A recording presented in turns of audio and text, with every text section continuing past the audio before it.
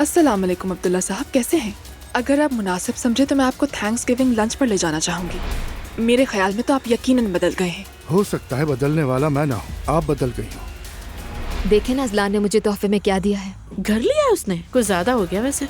मुझे भी हैरान कर दिया उसने। दरअसल वो प्रेग्नेंट हूँ मैं तो। भाई अगर मुनासिब समझे तो मैं और ज़ैनब आज आपके पास आना चाहते हैं। मरियम बेगम को भी बहुत खुशी होगी। उम्मीद है खुश होंगी।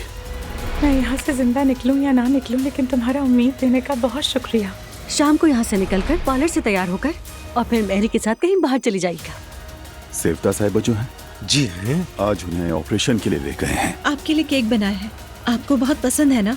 बेटा जरा ये ले लो और जमात में तकसीम कर दो, सवाब होगा। वैसे असल खबर तो बाबा को मैं पहले ही दे चुका हूँ। घर खरीदा मैंने। असल में आज हम यहाँ एक बहुत बड़ी खुशखबरी देने आए थे। ज़ैनब उम्मीद से है।